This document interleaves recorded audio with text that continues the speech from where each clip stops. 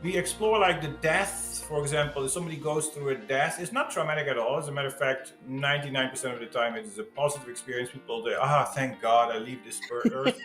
And so then they leave and then they go to the time, like if you believe in past lives, then the next question would be, well, between the time I die and before I get born, where am I, or what am I, or am I a thing, am I a being, am I a frequency, am I conscious, and all of that. So we're going to explore that.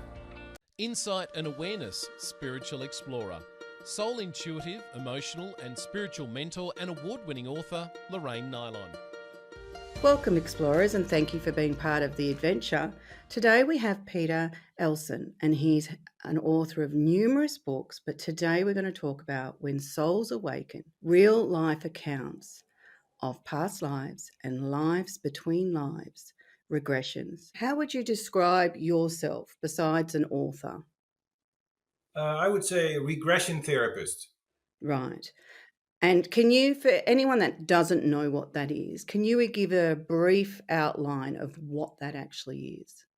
Well, in our case, I mean, there's regression has a lot of meanings. It could mean within this life, for example, in psychotherapy, you could go regressing somebody through their childhood if there's traumas, if there's things that need to be uncovered. Considering that 90% of our mind is unconscious, so when you go into the regression, you would go in somebody's childhood and try to find things that may need to be uncovered. But in our case, the spectrum is larger. So we go back through the womb, which is a really special experience. We don't spend too much time there because you could make a whole therapy just womb regression, Yeah, right? yeah, But then we go back to past life regression. So past lives, if you believe in it, of course it has to be the number one criteria, otherwise it wouldn't make sense. But the idea of past life regression means is that we acknowledge that today I am the result of actions, situations that have occurred before this birth. So basically, it's whatever lies outside the visible spectrum or the implied spectrum that we have this one life. So what we call talent, what we call potential, that let's say you see a child and the child has talent. It's just a word. You could say, well, that is due to my childhood upbringing, my parental influence, my exposure, my genetics. But it doesn't always explain talents that seem to be having no foundations in this life whatsoever.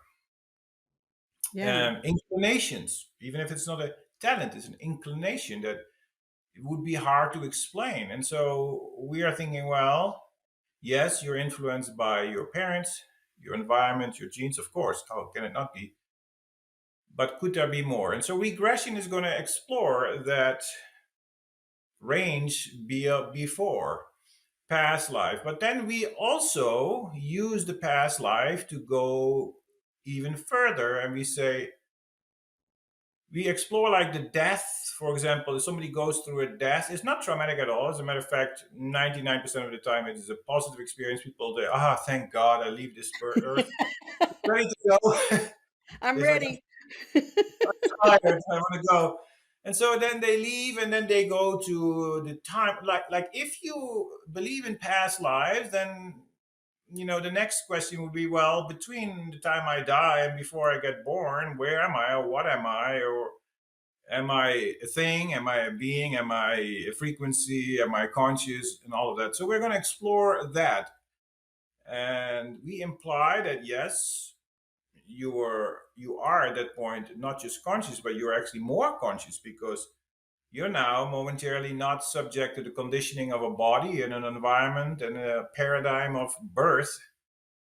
And so you are then more in a soul state. And so, though we call it regression, to answer your question, we use regression to get to that elevated state of consciousness Yeah. where then we can have a look at what prompted you to take this birth, or what is your purpose, and so on and so forth. So when we're in between lives, how we say we've got a life plan, or I call it a blueprint, which I actually refer to as a bit of a mud map. Not everything's locked in, but there are going to be experiences that you're going to have, and how you get there might be slightly different depending on your free will.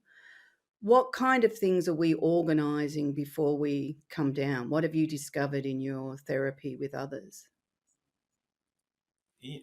What's interesting is it's a nice question because you know in that state, first of all, the question arises, well, what am I in that state, right? I'm much Yeah, less of a conditioned person than I would be here on earth. It's very hard to us to think of ourselves as something other than a human being, right? And then a yeah, human being in a situation of a house, a family, and this and that. So the soul, when it sits out of the body, it's going to have different priorities than a body embodied soul would have. We think about money, we think about security, we think about these things, but the soul will be more inclined to look at the big picture because, okay, if I have lived, if I am living multiple lives, then it's going to be aware of this trajectory of these lives that have been lived, and the implication of, okay, where am I really going, like, do I have an end point? So it's going to keep these two things in mind, like, what do I still need to learn, I mean, backwards, looking backwards, but it's going to look forward and say, well, I have this end goal, this trajectory, and whatever I'm going to set in motion in this birth has to be in alignment with these bigger things. so So so it's going what to, sort of sorry, what sort of end goals do we have? What are we well, it's aiming for? I when I work with people, it's always bigger things. It's like love. Well, uh, some people say, "I just want to be a being of love." Um, Sometimes you may find guides that you find more evolved people. It's a sketchy statement, evolved people, but often we find people that even while they're evolving, they are kind of guides. They come, and every life is a life of teaching, of sharing. Whereas other people, they say, I want to work towards my freedom in the highest Yeah, sense. yeah. Others, they just, want to be, yeah, I mean, It's a contributing, helping. This could be very specific things that people do. Right, okay. Oh, that's interesting because I've wrote a lot about the evolution of the soul, and that our life purpose is, to put it very plainly, and it's a lot more complex than this, is that we are constantly trying to learn the truth of our own essence, and Hmm. that how to be of that without control and without judgment and without all the things that creates like a limit around us. Well, that's the So, highest way of looking at it, right? But mm, not everybody is there to grasp that reality. I mean, when you go through these sessions, it matters. Not everybody has the same goal because at that point in evolution, this is as far as they can see. It's not that in that state they are enlightened. They are not. They are still, even in that state, conditioned to a certain degree, depending on their evolution. And what you're saying, that's very rare to find somebody. Even if you go into the yogi, you talk to yogis, you talk to great, awakened beings, and those striving towards that state of total enlightenment. That is still a minority of people that, if you ask them, what do you want? Well, I just want to basically be totally free and dissolved into consciousness and be like a drop in the ocean, and I want to merge into that. Now you're talking more, how the Oriental ideas would be a little bit applied. And so, but I, there is yeah, yeah. grades. When I look at people, and when I read their systems, right, what I see is there's some souls, and there's no scaling system to it. It's just where we are in our development, and like there's some souls that I call that they're just going to do reconnaissance. They're just going to experience different things and have reactions to them, and they're not really going to explore their inner world. And then you have other people that know that their stumbling blocks has been, say, resentment. They get stuck on resentment and, judgment, or there'll be a little combination. So they're planning this life to really deal with that. So they'll have experiences, the reconnaissance, but they'll also have the internal will to learn more about it, deal with it, and try to resolve the issues within them that come from past lives and this life. And then you have other souls that I call the no rock unturned, which they are trying to deal with a lot of unresolved issues that they've accumulated. So that, and it's not more like enlightenment that I look for, to be honest with you, even though that's, consciousness and all the rest of it, but it's that true understanding of know thyself and really deal with whatever is holding you in the self-negative patterns and those kind of things. So it's really coming down to those core issues within yourself that are holding you, not letting you really evolve and move forward. Yeah, that's the way I look Well, at it. it seems to me that you're well informed in the subject, because that is, I mean, in the nitty gritty, when we do we do this all the time. This is what we do full time, me and my wife both. And, this is what we encounter, exactly what you say. I mean, this is exactly what we find in our sessions. And sometimes a session could be just dedicated to that particular topic, because the way we work is we go back to, you could say, well, there's a lot of past lives, and it's impossible to go in a session to all these past lives and then go to life. You'll one session is already 3.5 4 hours by the time you're done. And so we generally go Right. to one past life with the request to the higher self, go back to the most relevant past life, right? So we have a target. We're not just going to dig in the past. You can do that too. You can just say, I'm going to do one session with past lives, and we're going to be exploring. This is a Yeah. lot of fun. I used to do that in my early days. Today we are more a little bit targeted, because also people need to be targeted, because they come because they have a certain quest, a certain issue, a certain obstacle, or they need clarity about their direction. And so we're asking the higher self, go back to this relevant past life, and then we're going to come to that life that is relevant to what you say, an issue I've been working with or have been going through, which then helps me understand why and how I'm to deal with what's going on today. But Yeah. it's not always bad. Sometimes, more often than not, we see actually past lives that are really good, and giving courage to the soul, looking at that past life, like, oh my God, I already went through that. To reawaken in them this capability and this courage, that, oh my God, I have already developed these qualities and I had completely forgotten because of my current circumstances. And that knowledge, that insight, and that reawakening of that moment is giving them then the strength to deal with whatever is going on today. And I totally agree with you that often it's that no rock unturned, or exploring, or finding out what is going on.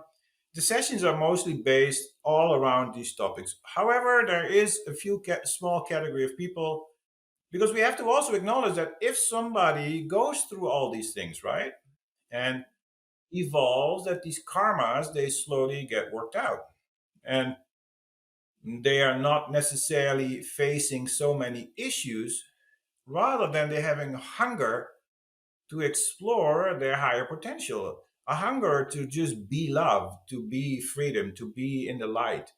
And we Yeah. get many wonderful souls that experience that in that life between life, and then search for that expression in their day-to-day life, that they don't want to be just anymore an ordinary being going through stuff, but they want to experience, they want to become, want to live in a certain state of consciousness, a state of expression that is just like an artist of life. I like that. Yeah. Yeah. So when you've done your research, and I mean, because you've explored this for a long time, this isn't something that you've just, you've gone on a self-discovery journey for a very long time and traveled to different places of the world. What is it that it stands out to you that you can see that people are changing? People are becoming more interested in understanding themselves. Is that what are you seeing that collectively? You wouldn't tell it when you look at the media because that is obviously owned by vested interests that want to keep us in fear and giving us the notion that things are going backwards. But in my humble opinion, it's the opposite. Indeed, I agree with you that collectively, I think there is definitely an awakening. I mean, there's an awareness of our human potential. There is a search for greater understanding, and particularly the idea that within us there is such an incredible reservoir of whatever it is that we're looking for. And I mean, just look at the numbers, the people that are coming to us. They come from far and wide. We do regressions with people from all over the world, both Zoom as well as in person. And Okay. there's just a tremendous interest, and there is so many wonderful souls. But of course, we are still in a niche because it implies the idea of past lives. And when you look at the established religious traditions, they are not too much into that, except Buddhism and Hinduism and Vedic ideas, yoga and all that. But look at the idea of yoga. I mean, today everybody's doing yoga, Yeah. and whether you like it or not, it is rooted in Eastern thought, and it will rub off somehow or other to an understanding greater than what we have been used to. So I do think that these things are becoming more mainstream. And at the end of the day, the potential in all of us is to explore and to expand. And one day or other, you're bound to, stumble upon these thoughts and these ideas, and you're going to look that whatever I have been doing is all right, but it's not enough, and I want more. And so people are going to look for that. I think it's innate in our human Yeah, I spirit. do too. Yeah, I Mm, agree. And I think the fundamental question that we all get to a stage where we'll ask, we may not pursue the answer, but, why are we here? Everyone sort of resonates with that question. yeah. And how do you explain that when someone asks you, why am I here? What's your simple answer to that? Well, it depends who's asking and under what circumstances.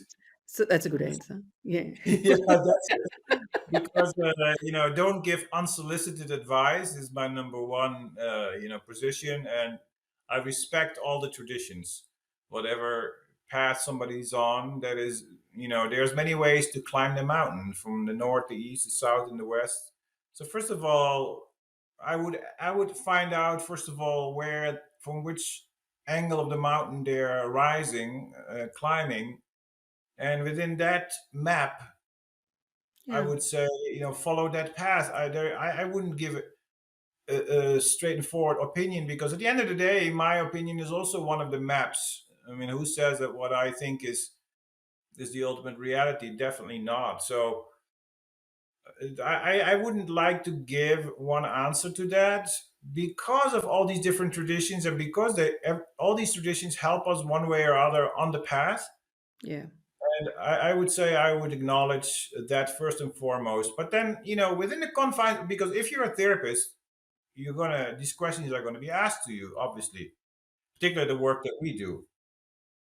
And so, if you look at neuro linguistic programming, one of the fundamental mantras is that nobody sees the actual terrain. We only see a map superimposed on it. Oh, You yeah, know, I like that. Yeah. yeah. So,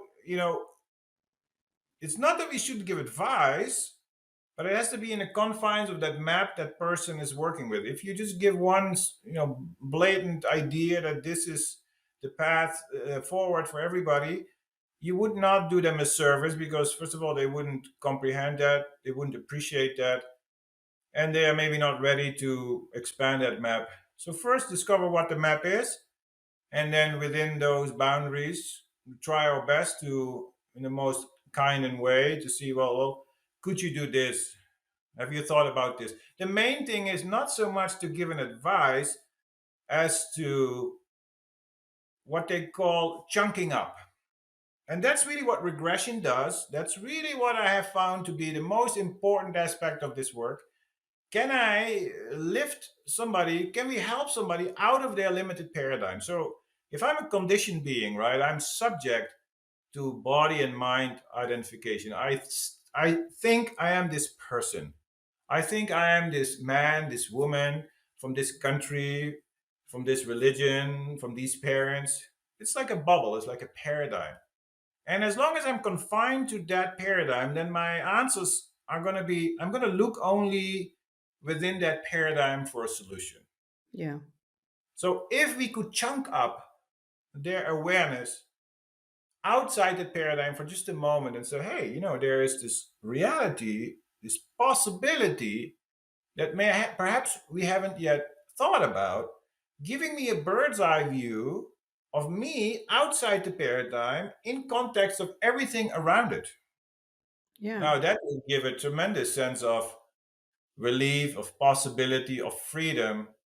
And however you do that, right, whatever therapy you'll be using or whatever method you'll be using, that would be my advice. I would prefer to take somebody on a journey. So we don't just do regression, we also do a lot of 1 hour imagery journeys, therapeutic imagery journeys. And we generally use those techniques to lift people outside that paradigm and say, hey, how about that? Yeah.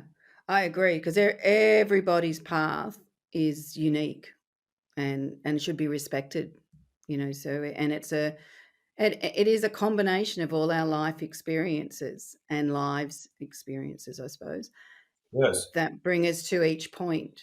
So I think the important thing for people to remember is if you're noticing the limitations within yourself, then start challenging those beliefs and see where it takes you, and be prepared to go into what we would consider the unknown instead of trying to hold on to belief systems that are possibly not working well for you, and holding you trapped in that position that doesn't let you really evolve. And evolving is like an expanding and contracting experience. Your awareness will go out there and you'll get a concept of something, but then you've got to explore it, live it, understand it, for it to become part of your wisdom. And there's lots of different ways that you can do that. So that's how Yeah, I it's look at it.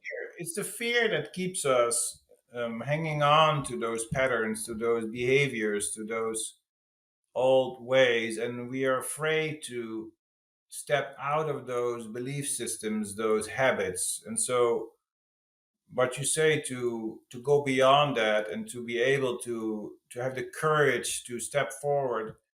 But I would say to that it makes it easier if you could give somebody a feeling or an experience that would actually make them feel that it's safe to go Yeah. there, Yeah, right? Because that's the unconscious doesn't like change. The unconscious is like what it is. And yeah. so if you can give them a journey and say, well, hey, how did that feel? Say, oh man, I've never felt this before. I mean, wow.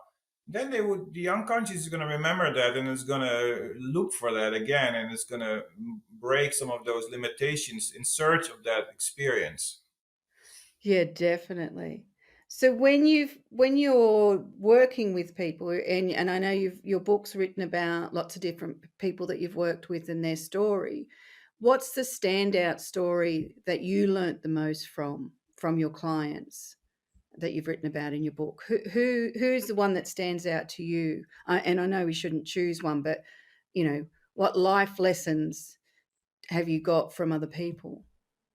Well, may I give you an example of my next book, because if you Yes, don't mind? you Yeah, certainly can. our next book is it's the same concept, but it's 30 cases of past life and life between life regressions. We have no commentaries there. There's just nothing but the cases, and Okay. it's an interesting case. I would like, because I knew you were going to ask this question because everybody does. Oh, do So they? yeah, but your questions are way better. I must say, you're really well informed. Thank you.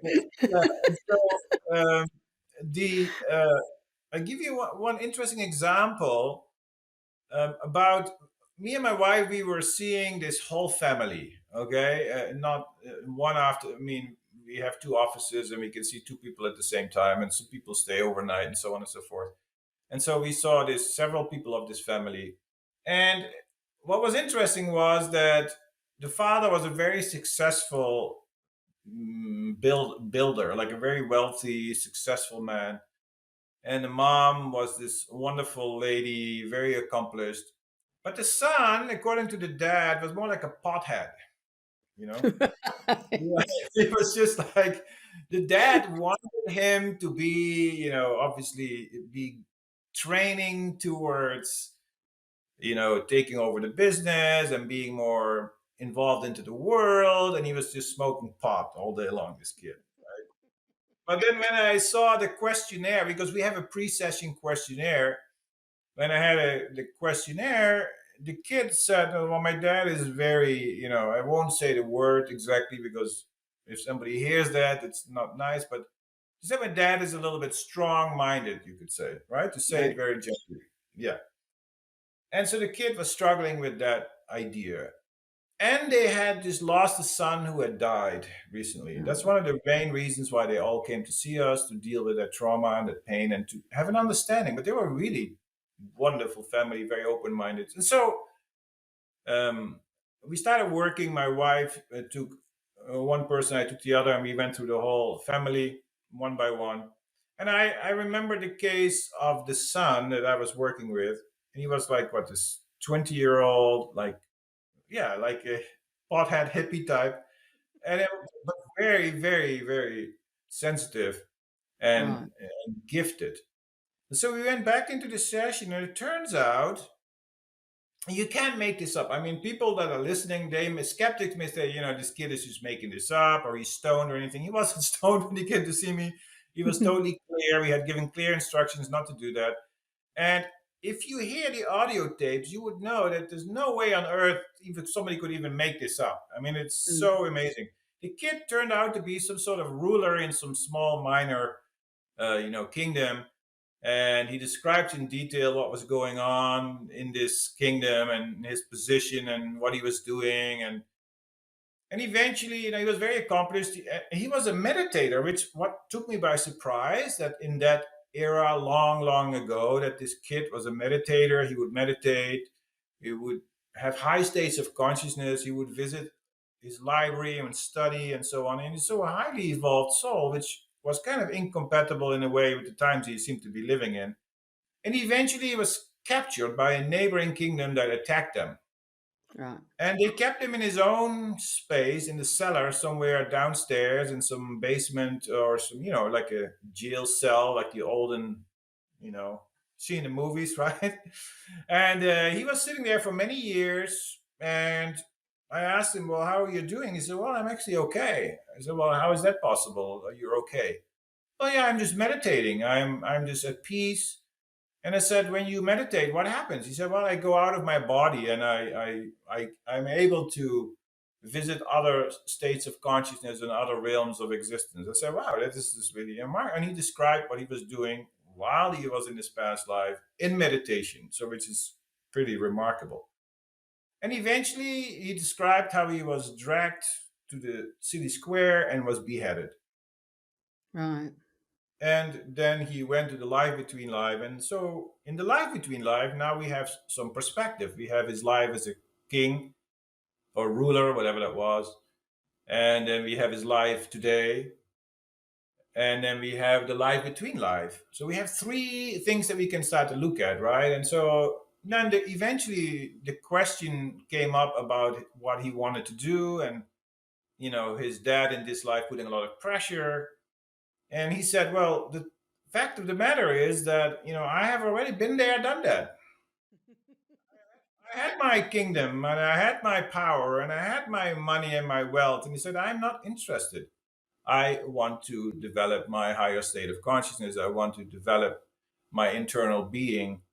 And when we went through all of that, it became pretty obvious that the reason why he was a pothead was because he literally, and I always look at that excessive marijuana use, and forgive me, all my friends who smoke marijuana, but from a therapeutic standpoint, I look at it as it's a smoke screen that you put between you and reality outside of yourself. And you want to be behind the screen, and for the good or the bad reason, whatever, to leave that to you. But in Yeah. his case, it was a reason to stay away from the pressure of his dad and just avoid this world. And so we came to the conclusion that rather than hiding behind the screen, he could stand up for himself and be very clear about what it is he wants. And now he understands why. That it's not out of weakness, but it's out of experience, and that he just used a very limited solution to deal with it.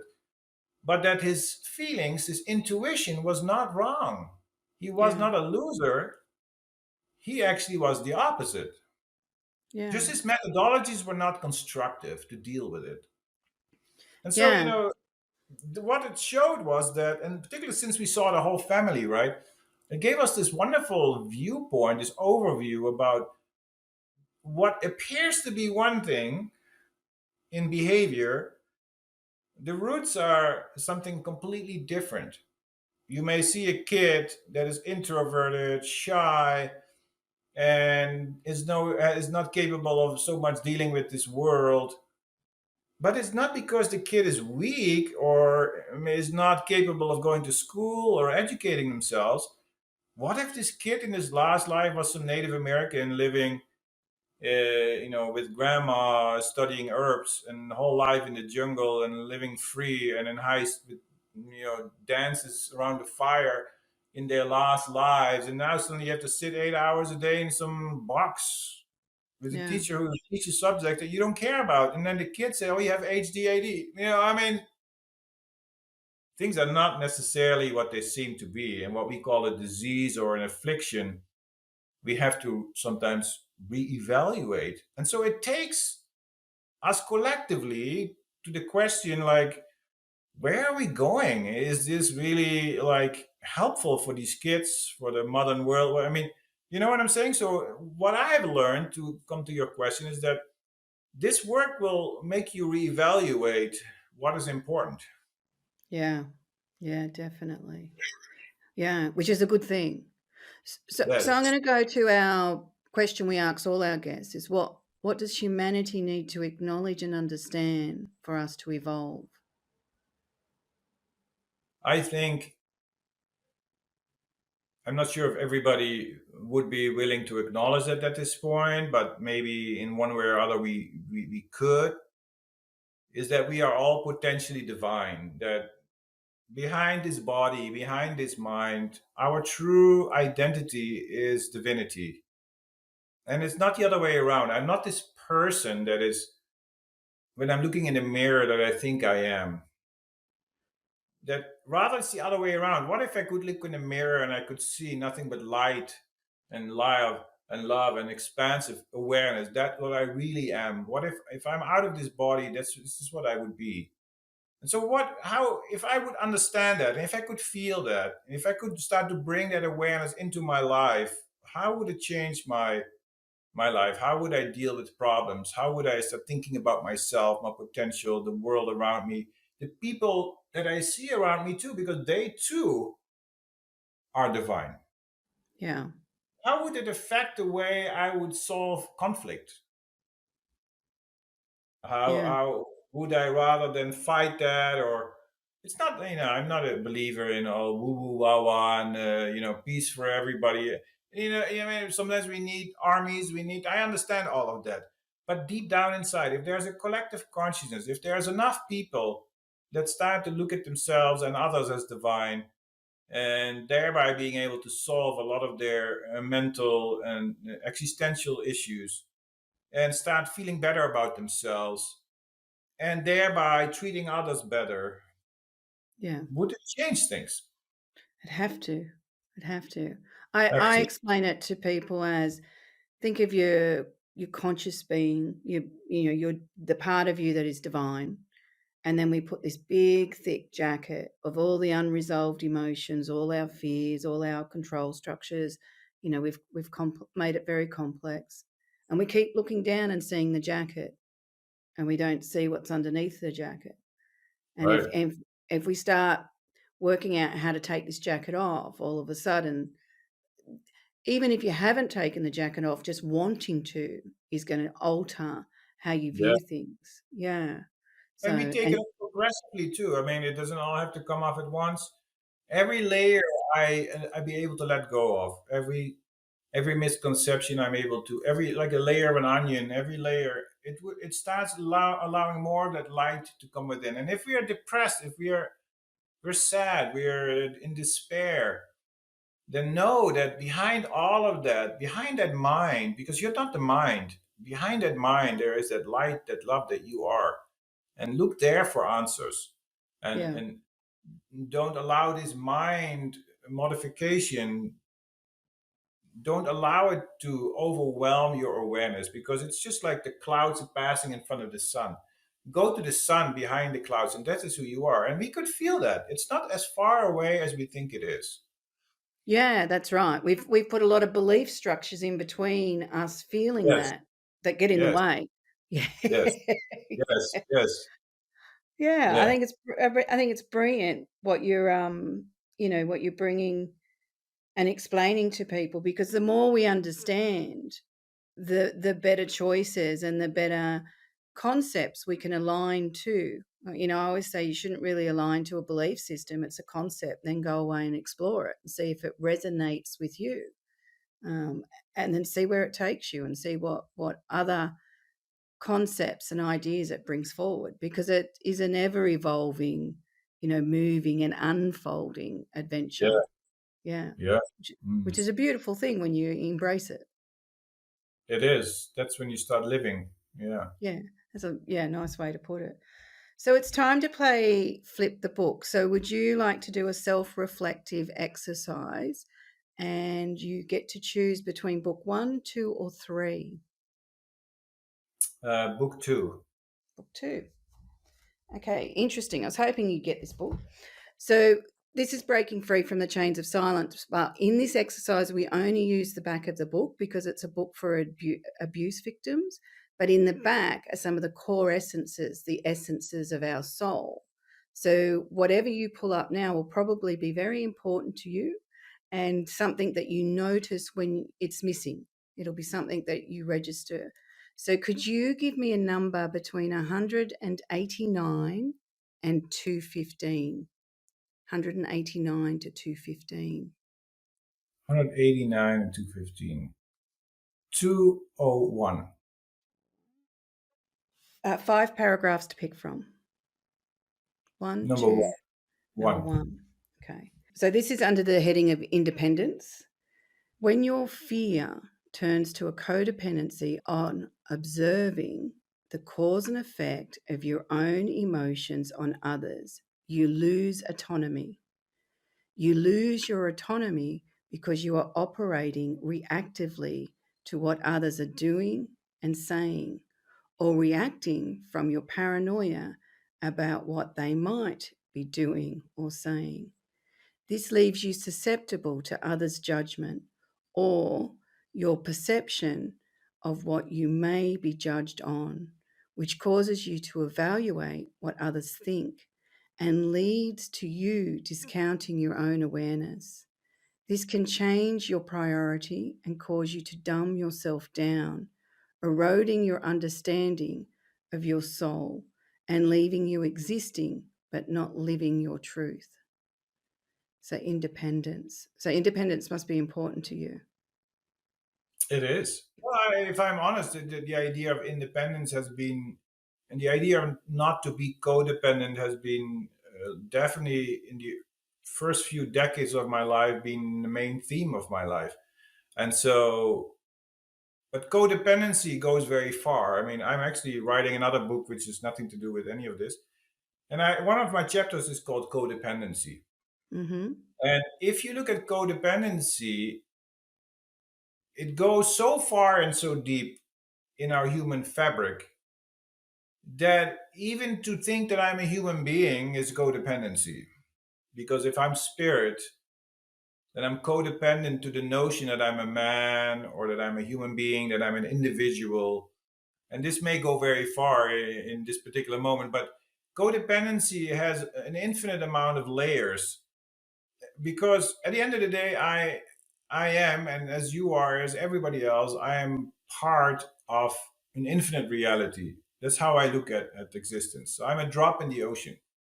Yeah. And the idea, I mean, to answer your earlier question, because you were asking me in relation to how do you say that to other people, but when you ask me personally, my goal has been more maybe the goal of the yogis, the Indian saints and sages, that, and then more in the non-dual sense, that I'm a drop in the ocean, and my goal is where not only am I aware that I'm part of the ocean, but could we even go further and saying I don't even want to be a drop, I want to become the ocean.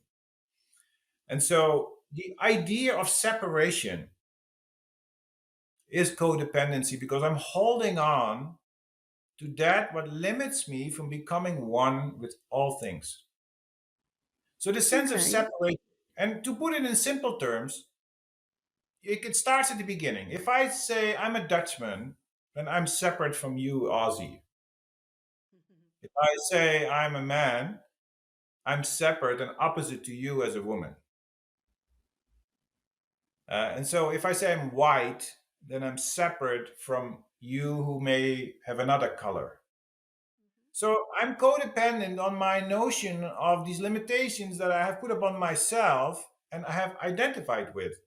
So every layer of identification is, in a way, being in some way codependent, because I Yes. seek strength and identity and comfort out of that belief system and that identification. So the more I can let go of these limitations, the more I become one with you. If I don't see myself as Dutch, but I see myself as a human being, then I become more close to you. If I don't care what race or country you're from, you're my sister, you're my co-companion in this planet. If I don't even see you as a woman, you're my spirit being, you Yeah. know? And so, Yeah. but I can go as far as I want to go. And so for me, codependency means identifying with that what limits me from becoming one with all things and all beings. That's a really good way to look at it.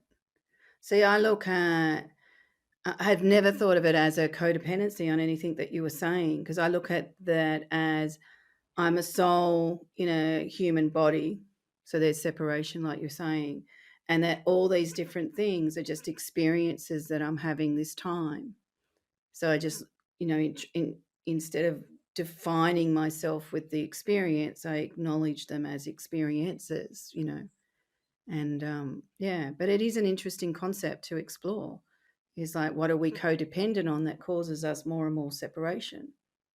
Well, it has to do with the fact that I used to be a monk in an Eastern tradition, because the fundamental principles, if you go back, and for that we have to go a little bit into the science of yoga. And, um, when a monk in an Eastern tradition becomes a monk, they don't take vows, all right? Okay. They sit around a fire and they offer into the fire what in Sanskrit are called 64 upadhis. That means limiting adjuncts. And limiting adjuncts are all those things that separate me from being aware that I'm the soul. So they call it, I don't know if you ever heard of these, they call them Mahavakyas. So the great sayings like, Tattvamasi means you are that, you know, Yeah. Aham Yeah. Brahmasmi, I am one with Brahman, the infinite reality. And so that is basically an Oriental and Eastern Vedic idea that you and I, we're not really individuals, but we are all one in an infinite expanse of existence. And so those 64 limiting adjuncts that at the time of becoming a monk in that ceremony symbolizes that I then detach myself, or at least I'm trying, because you're to really detach. It is it's a symbology, right? So you're sitting there and then you're making it conscious. You said something earlier, even the idea that I'm trying to take that coat off itself is part of the solution. So if I'm aware of that and consciously living that I'm every time taking one layer of that coat off. And so this coat in this case consists of 64 layers of the coat. Okay. And each time when I'm doing the ceremony, I'm offering one consciously into fire. I make myself aware that these are the things that keep me separate from you. And so we don't take vows, but to whom? To what? Yeah. Because now I make myself codependent on some organization or some tradition. No, they go way beyond that. They say no, that whole idea is don't even bother. Go Yeah, go yeah. deep. So that's a Yeah. beautiful thought. So when you ask me about codependency, this is what I'm thinking about, Yeah, and I that's a like big it. job. Yeah, it's a big job to Yeah. Yeah, definitely. Oh, and it's something that it takes you layers to understand. yes, Takes you layers to understand it. So yeah. I want to thank you. I've enjoyed the conversation and thank you for being part of the show. My pleasure. Wonderful.